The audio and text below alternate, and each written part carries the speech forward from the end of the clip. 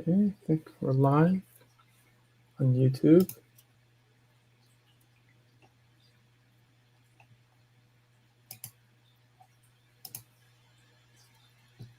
No.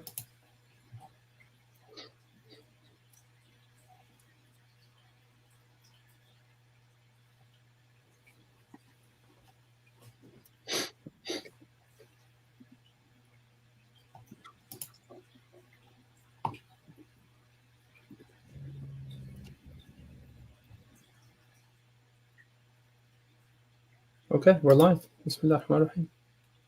Ready? Okay. Take it away. All right. Do you have an echo? No, right? We're good. Okay. All right. Assalamu alaikum, everybody, and welcome to Balancing the Conversation. So this is a series of discussions where Muslim leaders are coming together to showcase the voice of reason and haq in these uncertain times. My name is Luisana Valadez. I am founder of Nourished. I'm a certified holistic nutritionist, and I'm going to be moderating today's session as well as supporting you. Do you have an echo? And I'm going to be moderating as well. Where was I? All That's right. mine. Are we good? Okay. So just mute yourselves, and then when I'm done, switch over. All right. So as I was saying, so my name is Luisana Valadez. I am founder of Nourished. I'm a certified holistic nutritionist, and I'm going to be moderating today's session as well as supporting you via email in between sessions, inshallah. So in the back end. We started this series of conversations with the topic of censorship. So during our last session, we covered Islam's view on censorship, what is being censored, who is being censored, and who is doing the censorship. And today we are going to be covering the consequences of censorship. So part 2, which is topics of mass psychosis, retaliation, self-censorship, and the implications for our leaders. We have with us today our esteemed Sheikh Abdullah bin Hamid Ali and Dr. Mazen Atassi, who will be they're going to be your regular speakers along with special guest appearances and in our upcoming sessions, inshallah. And for those who may not be familiar with them, I'm going to formally introduce you to them. So Sheikh Abdullah bin Hamid Ali is the founding director of Lamppost Education Initiative.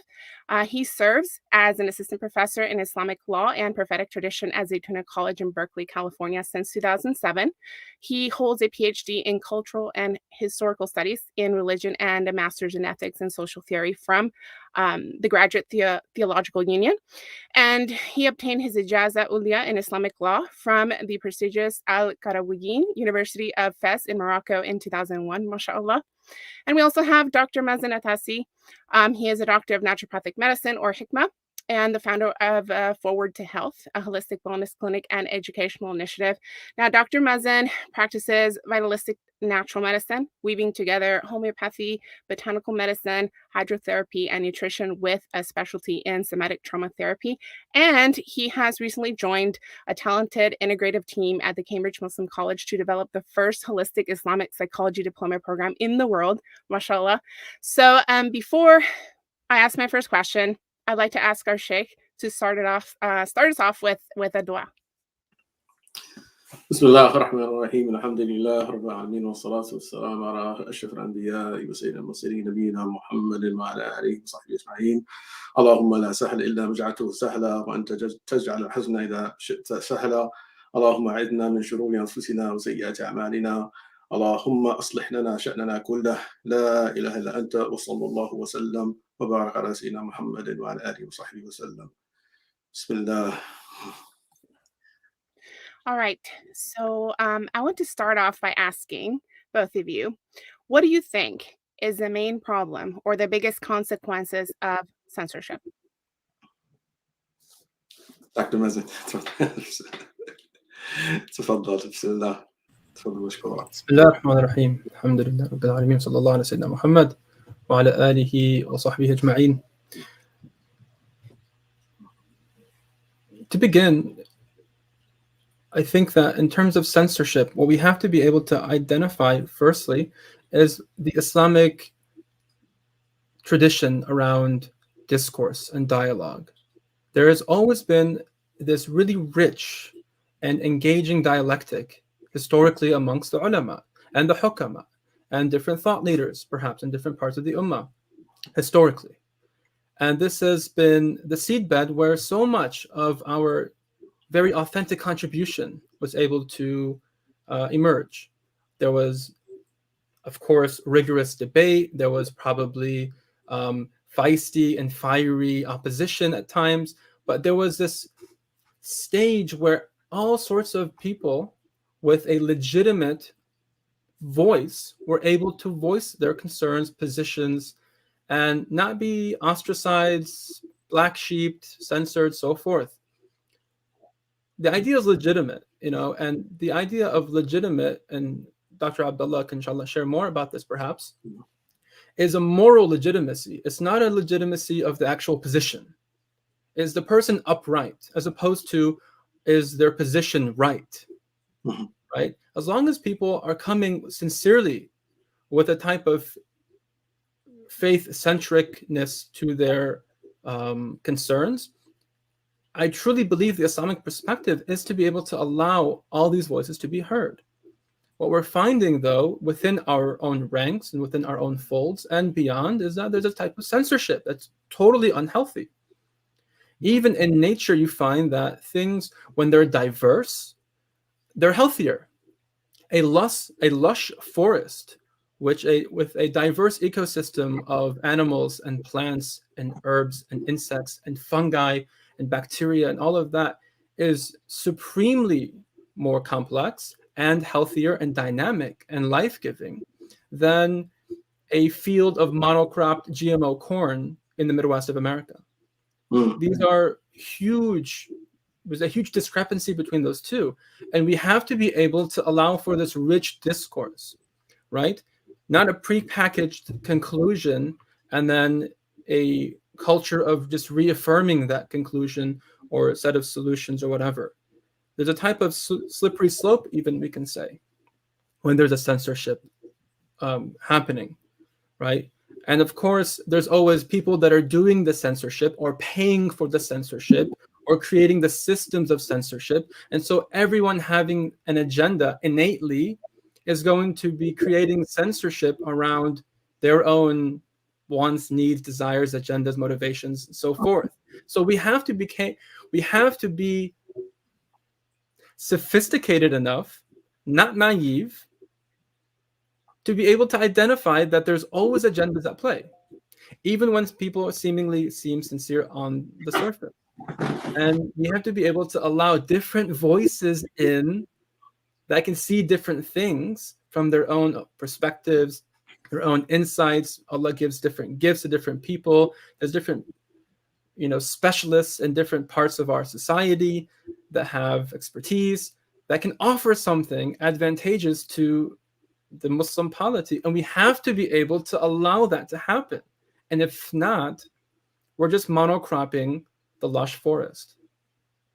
And what's the results of that psychologically? I feel like it developed something called, people call it groupthink, but it's more like, if we talk about it in a scientific manner, it would be like psychosis, right? A mass psychosis. This is what they call groupthink. Is what people are like. This is what they describe it as. Is this along the lines of what happens when people have to kind of say the same thing? It's like a false sense of reality. I think Sheikh Abdullah was leading to that last time. Right. Yeah. Thank you, Dr. Mazen and Sister Lucena. I think that probably the most concise way to express the harms of censorship is that it robs the community of useful information that would liberate them, information that would make life easier for them. And we find, as Dr. Mazen highlighted, that our tradition has been a tradition of dialogue, a tradition of conversation, a tradition of dialectics. And you find statements like, even though it's a statement of that ulama have actually declared to be extremely weak, if not fabricated, is attributed to the Prophet ﷺ that ikhtilaf ummati rahma, that the disagreement among my ummah is a mercy. So although the hadith cannot be properly ascribed to the Prophet Muhammad ﷺ, it still characterizes the spirit that existed from the very early period of Islam. And so, for instance, Umar ibn Abdul Aziz, the great Khalifa from Bani Umayyah, he's quoted as having saying that لا أحب أن أصحاب محمد حابوا رسول الله صلى الله عليه وسلم لم يختلفوا, that I prefer that the companions of the Prophet صلى الله عليه وسلم did not. I prefer that I preferred, or I actually like the fact that they themselves differed with one another. ولو كانوا قولا واحدا لكان الناس في ضيق أو كما قال. And if their statement, if their views was uniform, if they had a uniform view on everything, then people would be in difficulty. People would be in straits. And this is fundamentally what we find. And I've told people this multiple times about the fact that every single day I receive emails from, in particular, people from Canada, largely from Canada, right? And they're Muslims who are very desperate to they want some type of letter which hopefully helps them to get an exemption from having to take the vaccine. Some of the people, they may have taken the first jab, but they don't want to take the second because more information has come out. Others haven't taken it at all. Some of them have actually had adverse reactions to other vaccines in the past, but they have no help, right? And it's very shameful, right, that the imams in Canada and in other places, that they actually are on the side of the vaccine mandate and actually siding with the establishment to restrict the freedom of Muslims and others and anything to actually do with their bodies what they have the freedom to do. And so this, it sort of shows you what this means. And so Umar ibn Abdul Aziz, he saw this centuries ago, that okay, well, the Prophet ﷺ, he's no longer with us, which means that there's no direct line of communication between the creator and the creation anymore. And the attitude of the ulama from the very beginning was that for this very reason, we have no right to legislate. It is not our job to legislate. Imam Shafi'i, one of his famous quotes is that "Laysa lil-mujtahidi an yusharra." And the mujtahid has no right to legislate. And what I mean by this, or what he meant by this, I would say, was that a faqih, a mufti, when he gives a fatwa, he's given a fatwa in accord with what he believes God's judgment to be. He shouldn't see himself, or she shouldn't see herself, as someone who is creating law, right? Or just simply trying to make things easy for people or difficult for people. Is that you go where the evidence takes you, right?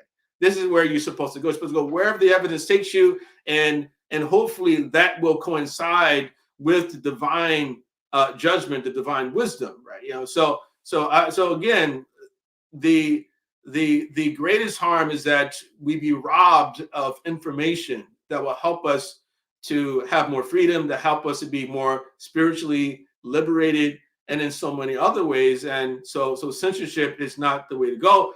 And that, of course, is we highlighted in the first episode, in the first conversation, that this doesn't mean that Islam is about absolute, like, sort of freedom for everyone to say whatever they want to. We know that certain types of information should be censored.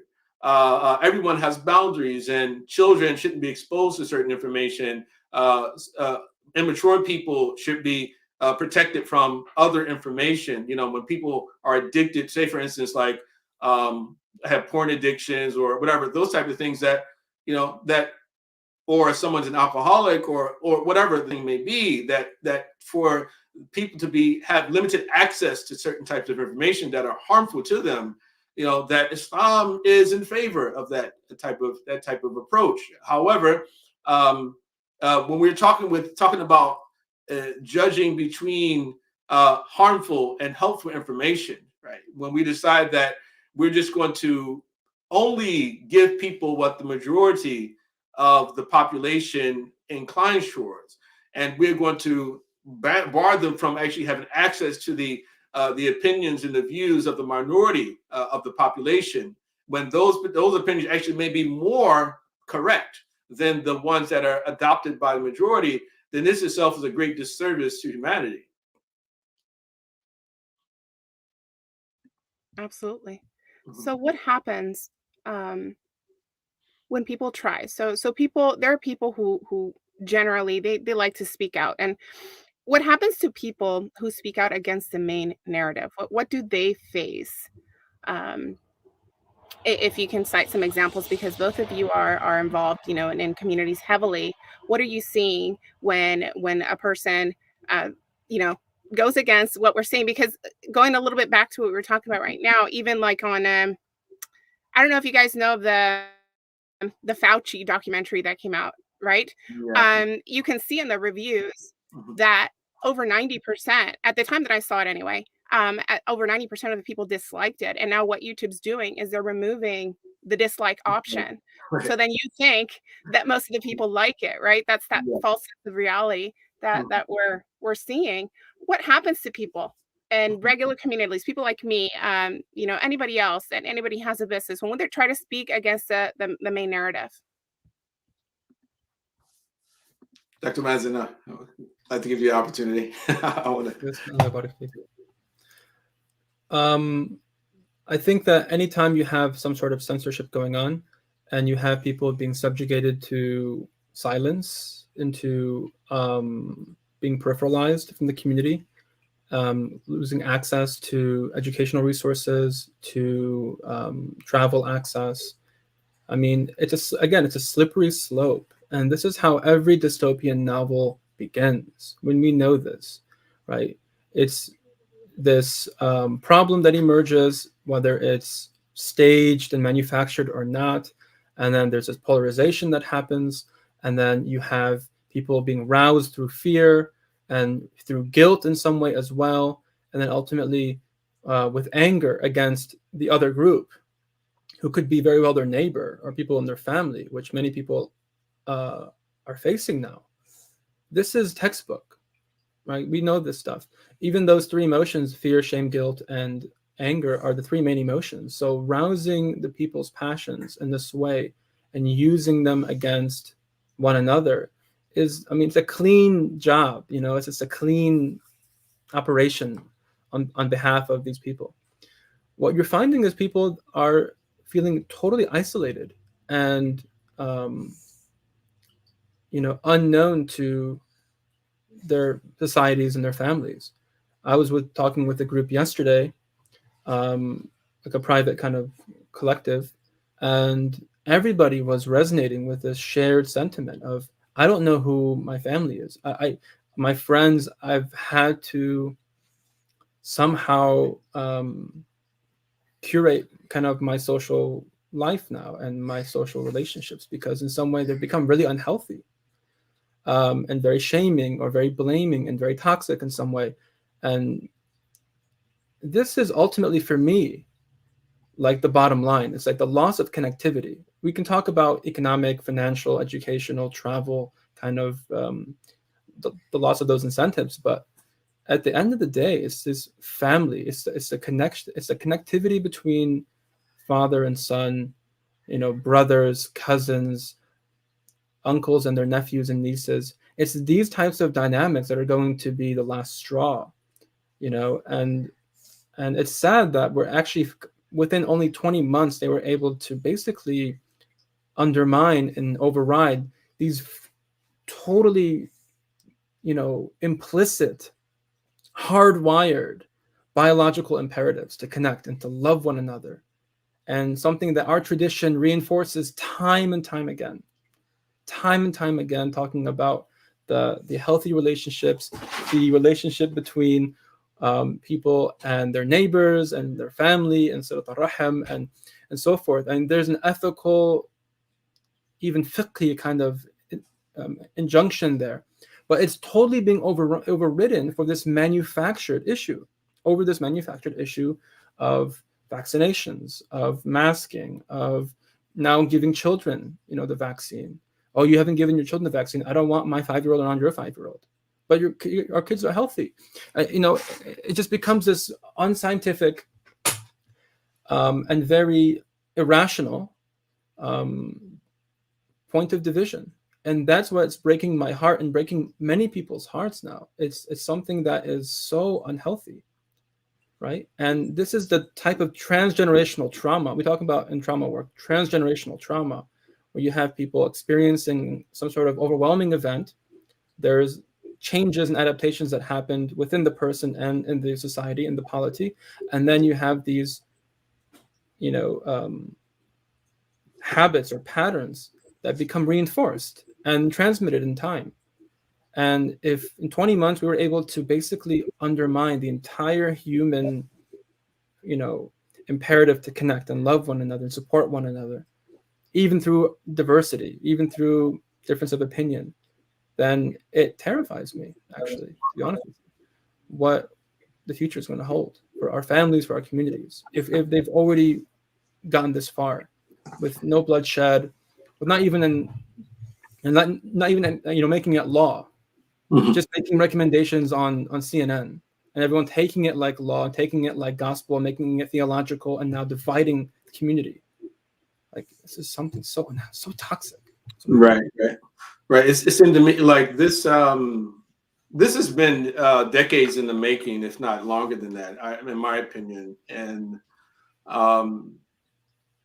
it was interesting that on the lead up to the presidential elections, when Biden became president, that I had close family members that we really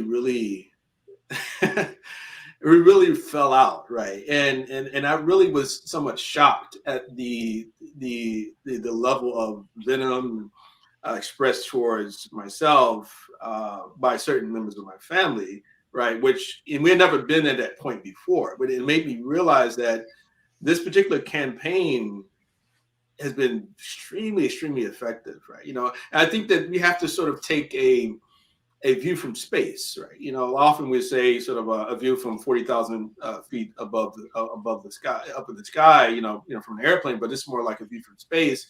And I think that people have to come to the realization that there's something else greater at play. That COVID is just simply one of many other issues, because we already experienced much manipulation prior to this. But to come back, it's all connected to the question about how those who go against the mainstream narrative are affected. That of course you see, it's not only that people get censored, but information has been censored. Alternative treatments, as we know, like hydroxychloroquine and ivermectin and other monoclonal antibodies, all these different sort of preventative measures that the mainstream medical establishment actually supported prior to COVID. Now, all of a sudden, these sort of treatments would have kept people out of the hospital, right? Where we said, but we were worried that the emergency services were going to be overwhelmed and the hospital was going to be overwhelmed if we didn't lock down. Then they could have prevented people from having to go to the hospital from the very beginning if they had simply allowed for them to use some alternative treatments right at home, but they prevented that, right? The documentaries have been censored. Reporters have been censored. Like Alex Berenson, for instance, was banned from Twitter. Doctors, as we know, have been censored or banned at times. The side effects and death reports are not highlighted, right, in a way that would give people the proper information which would qualify that as informed consent prior to them actually taking the jab, which for the most of this past year actually has only been under emergency use authorization, right? It's only recently when they start saying, okay, this now has been authorized, and that in itself is even still debatable about whether or not what people are being given actually is the authorized version of by the FDA.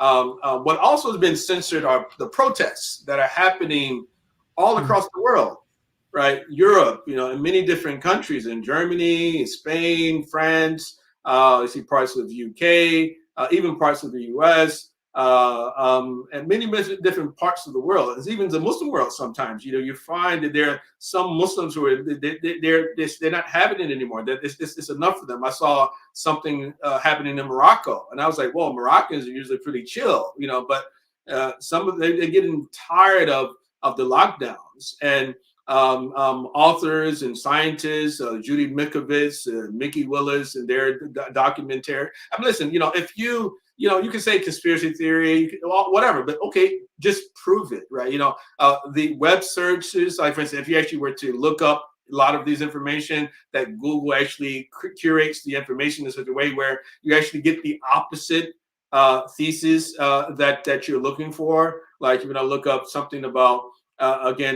pandemic, for instance, look that up, and they'll give you the refutation of pandemic. You probably never even see the original link to the website. Again, you don't have to believe it, but I would say, but why do you have to censor that? As a matter of fact, I actually had last year I purchased on Amazon Prime a documentary about Justice Clarence Thomas. And then all of a sudden they removed that documentary from Amazon. I didn't get any notice. I paid for it. Actually, that's something I paid for, but then they removed it. And I said, well, why would you move that from Amazon? You see, and let me see what's happening right now with the Kyle Rittenhouse case, right? So all the information that actually would vindicate the young man or boy, however you want to characterize him, all of that information was removed, right, from the internet for the most part. You couldn't find anything positive about him.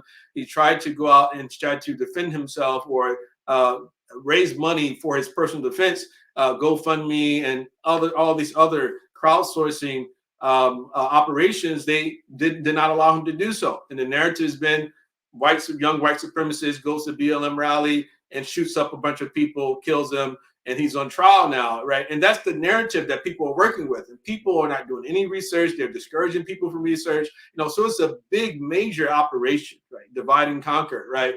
So quite a bit has been censored, right? And I think that people have to understand this is not only about COVID. This is about a lot more than COVID, because it was happening prior to COVID, and it's continuing to happen now. And about half of the population, right, is still asleep, right? And they trust the establishment narrative of things. And it's really funny.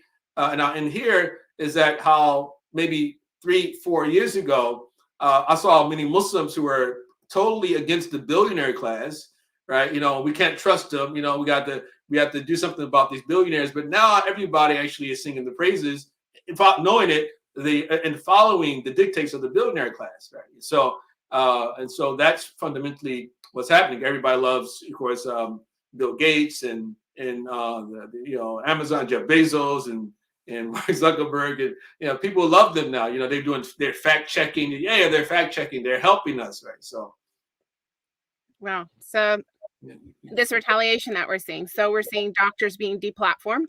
We are seeing even people who were working in these companies. They're working for Pfizer.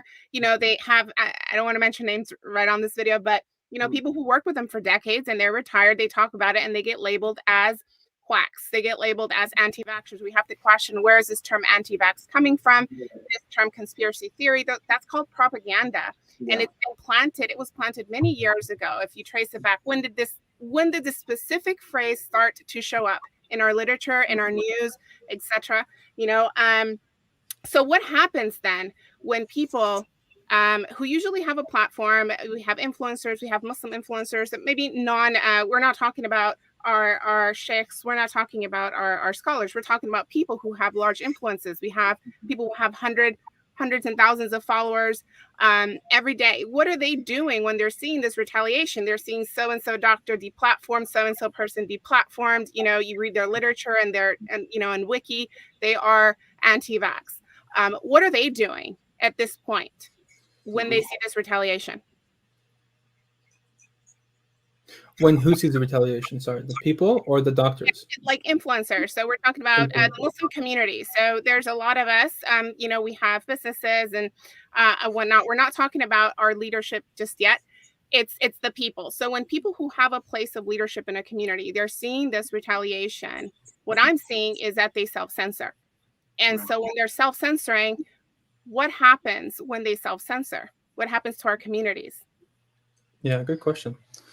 I'll speak from what I've seen, right? Because I'm in the holistic natural kind of medicine space, and you see a wide range of people responding in different ways.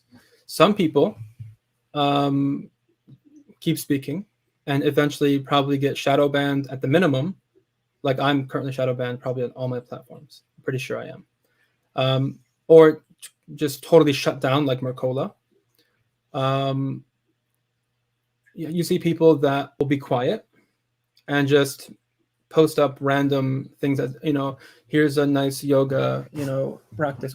And I'm not saying this is not, it's just not the time for it, or it's unacceptable, or we still need all that content, but it's like they've ceased engaging in the way that they were, or they want to, and they're just kind of going on like life goes on.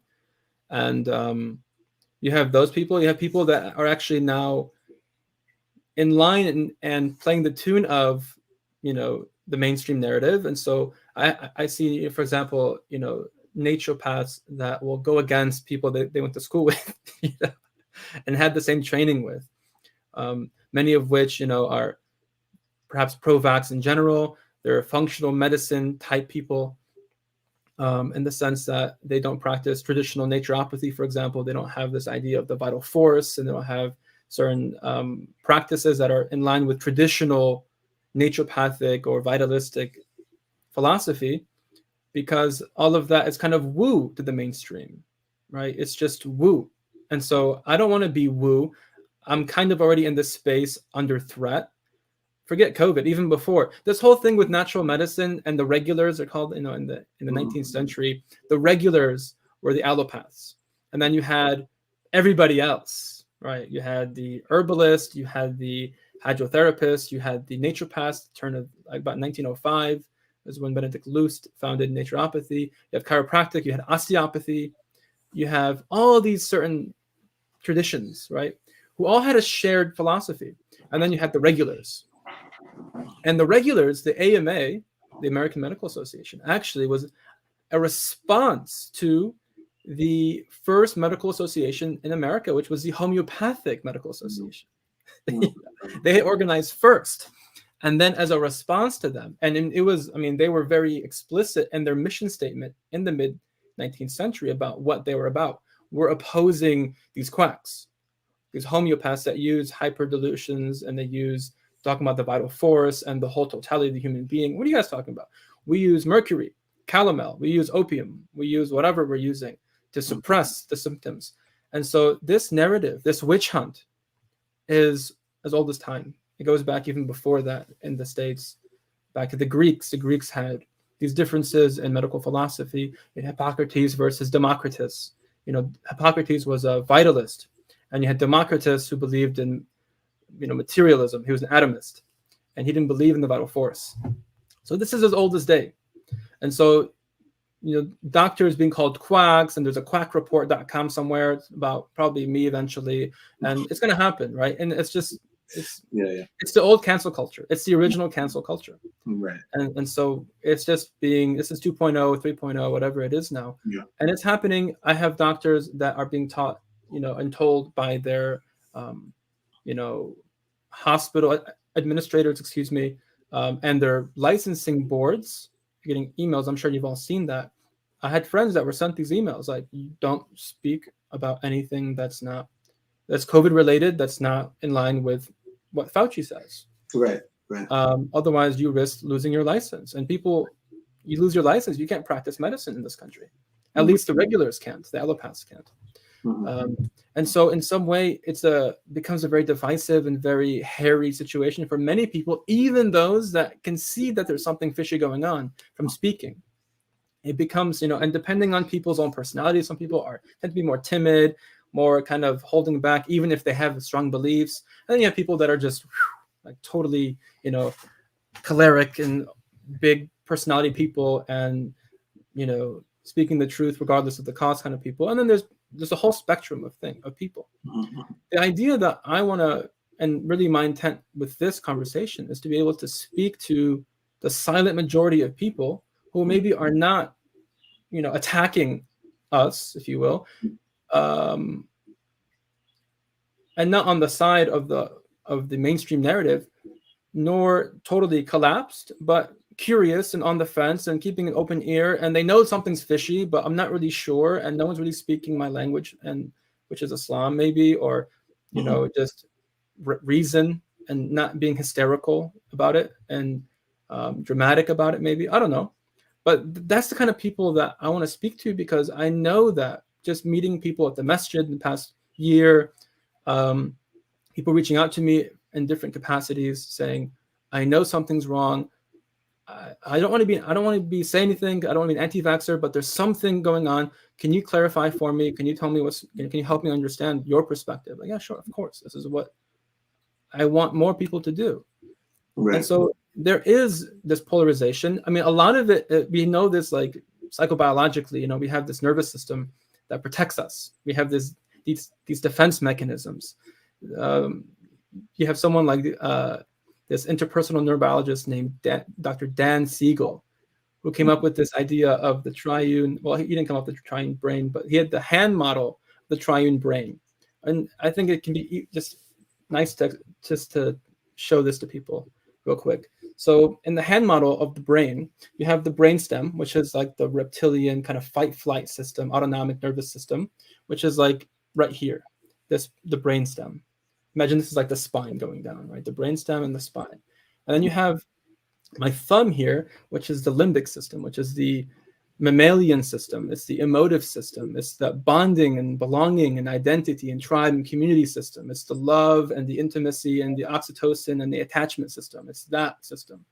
And then, if you will, you have the neocortex, which we all know is kind of that executive functioning, cognitive, logical, analytical capacity of which is exclusive for human beings in some way. Like we can abstractify from our lived reality in a way that no other creature of Allah can, which is amazing. But what we find is that when this part, the brainstem, is upregulated through fear, which has been the campaign of fear from the beginning here. Right. What happens is he calls it, you flip the lid. You flip the lid, you lose executive function. And I've read literature that says or indicates or suggests that 30% of IQ goes out the door when you're in a state of fight-flight. 30%, 1/3 of your intelligence goes out the door when you're afraid. Right? You flip your lid, literally, and you're just raging. You're afraid. You're scared. You're lashing out. Get your vaccine. Put your mask on. It's like, well, let's have a conversation about that. No, there's no conversation. They flip their lid. Right. They're not with you anymore. Right? They're operating from this fear-based fight-flight system. And so we know this, right? We know, like, throughout history, even the recent 50, 60-year history of this country, when you had Vietnam, World War II, you had the Cold War threat, you had presidents sitting down the fireside chats, and you had, presidents trying to de-escalate the fear and telling people we're going to be okay. And even Bush during 9/11, like, he wasn't hysterical about it. He said Muslims are not our, whatever, for what it's worth, right? Whatever, for what it's worth. And you have even Trump, for what it's worth, even further. He wasn't hysterical about it, But you have other people now, for the first time ever, really saying this is, 20 million people are going to die, right, in February of 2020. 20 million people on the streets are going to die. Boom. Fear. Here's, people in hazmats in China. This is going to be happening. You better get ready. It's an insidious virus that travels really fast, and you don't even know you have it until you're coughing up blood and you can't breathe anymore. Be really afraid. And there's everyone, it's just this collective flipping of the lid, and there's no, like, hold on a second, like, can we just wait and see what happens first before you make conclusions? Like, why is there a prepackaged conclusion here? And why are our leaders scaring everybody, making things worse, and aggravating the condition? So speaking of leaders, I wanted to ask Sheikh Abdullah this. What are the implications for people in leadership? And we're talking about our scholars, we're talking about people in leadership. Are they allowed to self-censor, or are they obligated to speak the truth? I know that a lot of people, there's several people here that ask this question. What do you make of the imam or the sheikh that is promoting the vaccine, that is telling you it's your Muslim duty to do this? Where do they stand? What should we be expecting from our leadership? Yeah. Well, I think that the first thing you expect from your leadership is that they're actually going to base any statement that they make to you on truth and fact, right? And unfortunately, it seems to me that while there are many people who think that they actually are following the science, realistically, they're following their physician friend or Muslim doctor in the masjid, and assuming that simply because, okay, there are a couple of doctors in the masjid who are physicians, general physicians, or perhaps even specialists in some particular, area, that they're default the experts, and what they're doing, they're actually not doing what we call ijtihad, sort of, in the area of fiqh, but rather they're just simply listening to Fauci, right? So they've made a Faucian bargain. We used to say Faucian bargain for like those making a deal with the devil, but it made I think it's valid to say they've made a Faucian bargain, and they've actually just simply deferred over. They say, okay, well, the experts are telling us this, and so we have to listen to what they say. Right, but most doctors are not experts in epidemiology or virology. They're not, right? And we can't just assume that every single person who is actually a member of any particular field of specialization, a broad field that has a lot of subfields in it, that individual, or that most of those people that you come in contact with are experts, right, on this issue, right? So, and that's a flaw. That's an error I think that many of these people have made. So it makes sense to an extent for them to say, okay, well, I'm going to defer what the medical experts say, and I know some medical experts, and whatever they tell me is what I'm going to base my questioning on.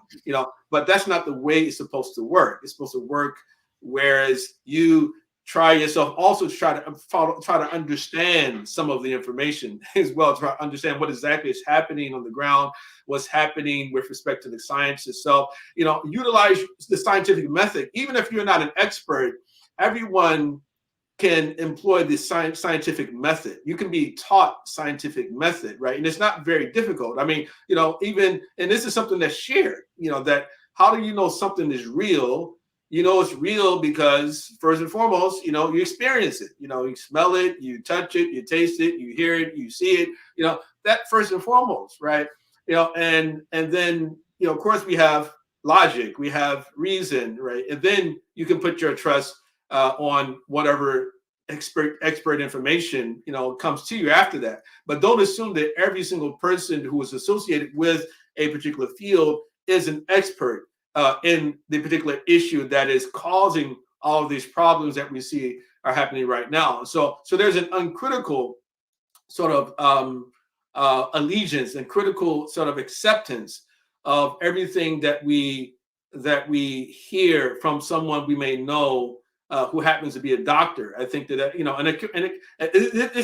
this really becomes so much of a problem for me that I'm at the point whereas I tell people that if I were to contract COVID, I don't have any plans to go to the hospital. I said, no, I'm not going to go to the hospital because that's how much I've lost, how much trust I've lost in these the current sort of allopathic sort of approach, right? I had much more trust in it prior to this, right? To say, but now I'm just like, you know what?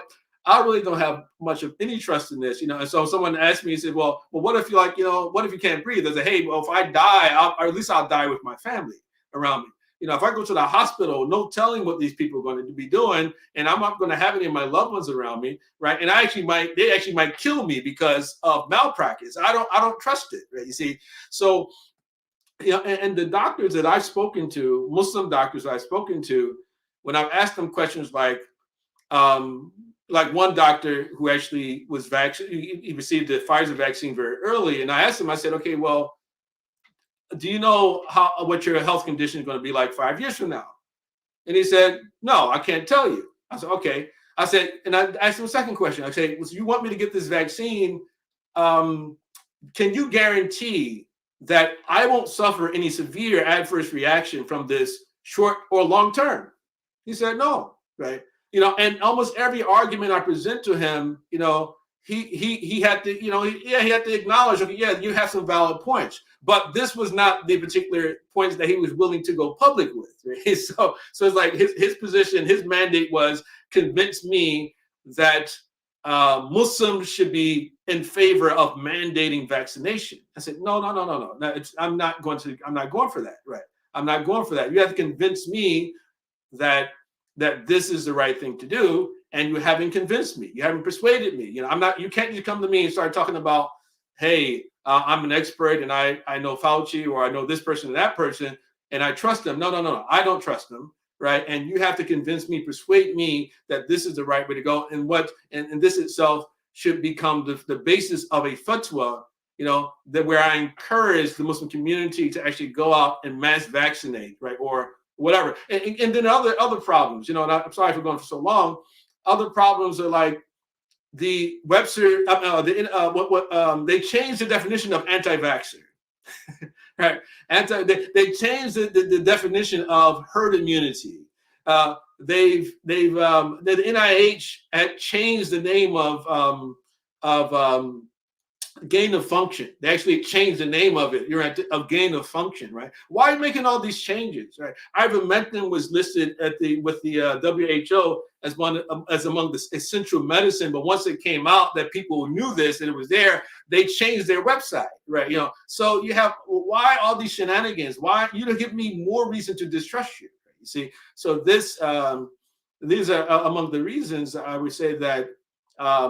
I haven't been convinced here. And I think that Muslim leaders, imams, scholars, students of knowledge, that they have done an injustice. They've done a disservice to our community by just simply being on board with this. And that's not to say, listen, some people might be benefited by the jab, right? You know, it's not to say that we tell them don't get it. I'm just saying the question that or the issue or this mandate issue, this idea that we should all be in favor of a mandate and that it's your religious duty, it's totally hogwash. It's nonsense, right?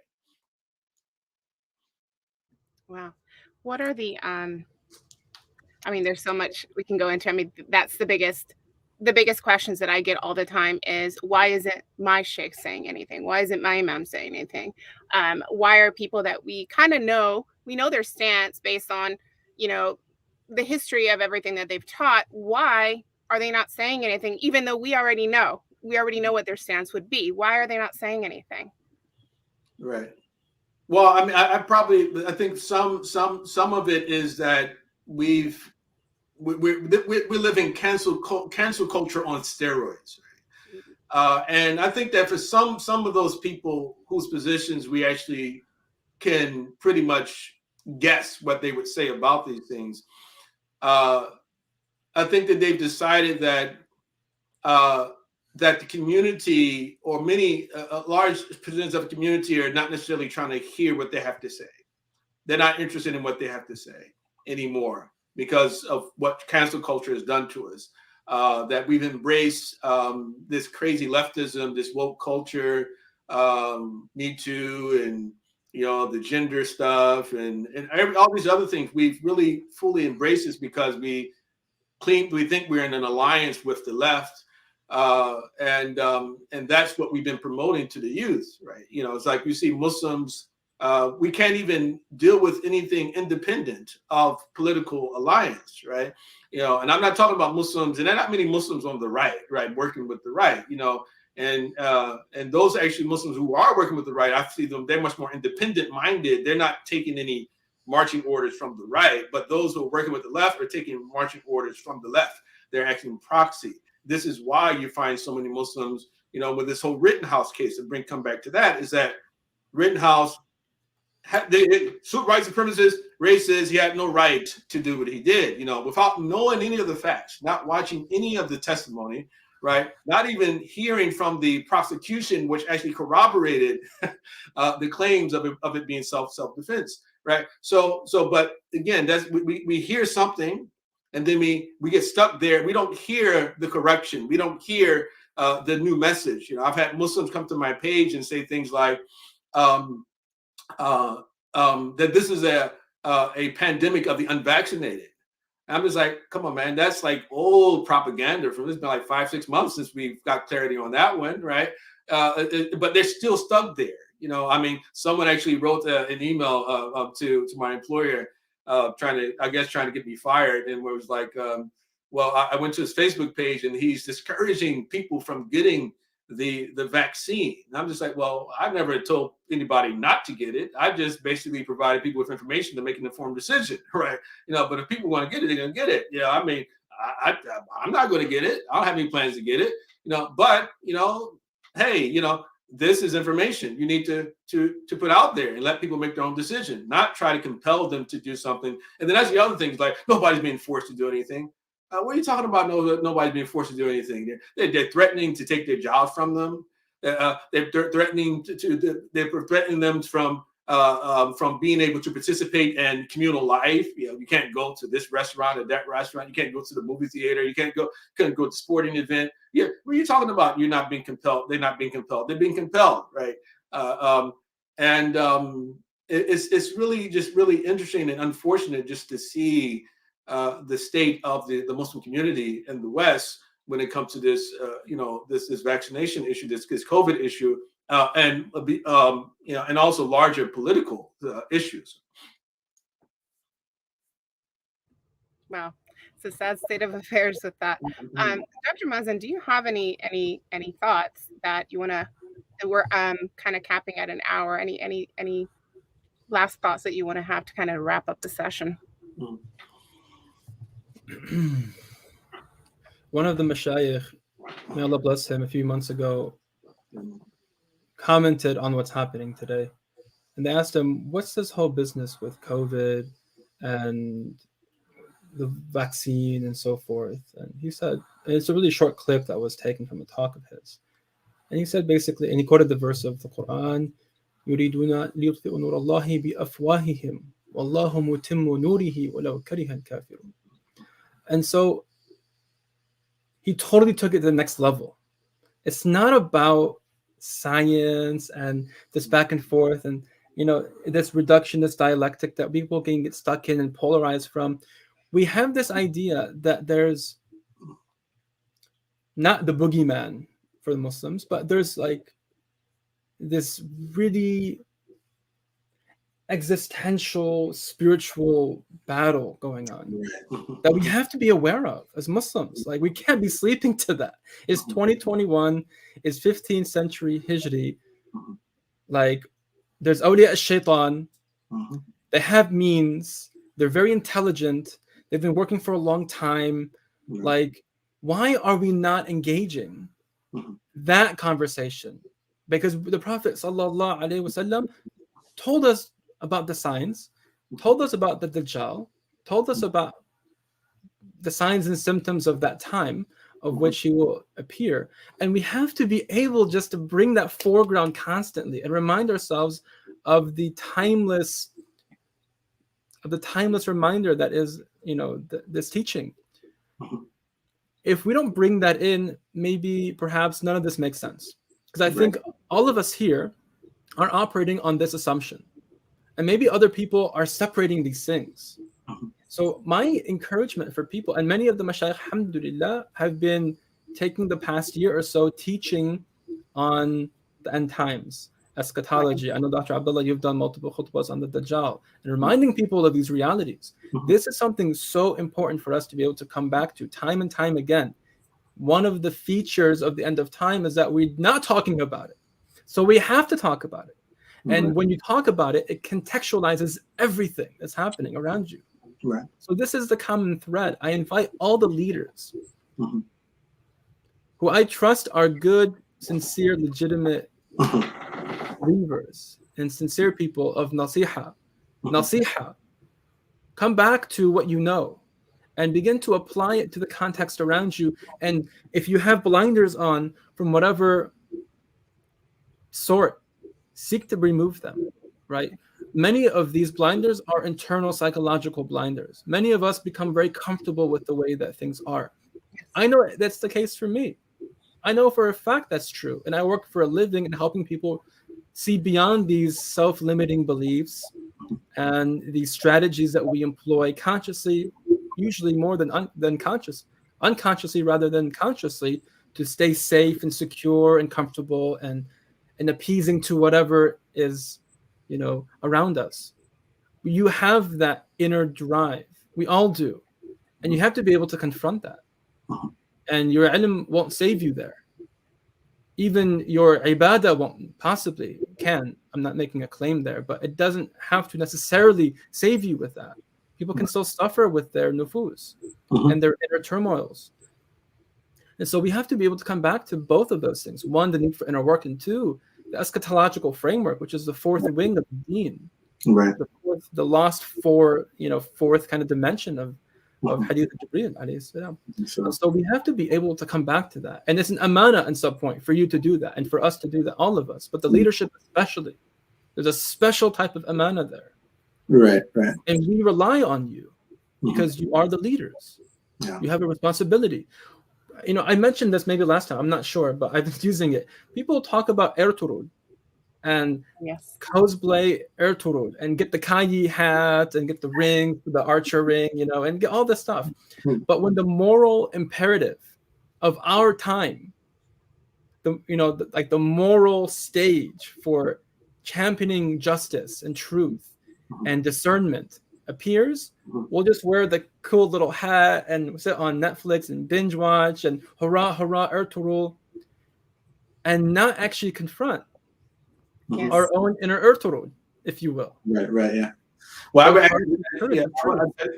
to that, again, as people, as individuals who've actually studied things like usul al-fiqh and mantiq and falsafa, that you study these things, it seems that many people have studied them only ritualistically, because the rules of logic and among other things, should have led us, to question, these issues. Start at first principles and then work up, But it seems that you say, well, all that learning sort of is not put to use, and none of that learning is put to use, and so we just simply uncritically follow, right? And again, like perhaps it was just fear. People were so afraid that this is easier to do, just simply place a responsibility on the medical community, and we'll just say our fatwa, is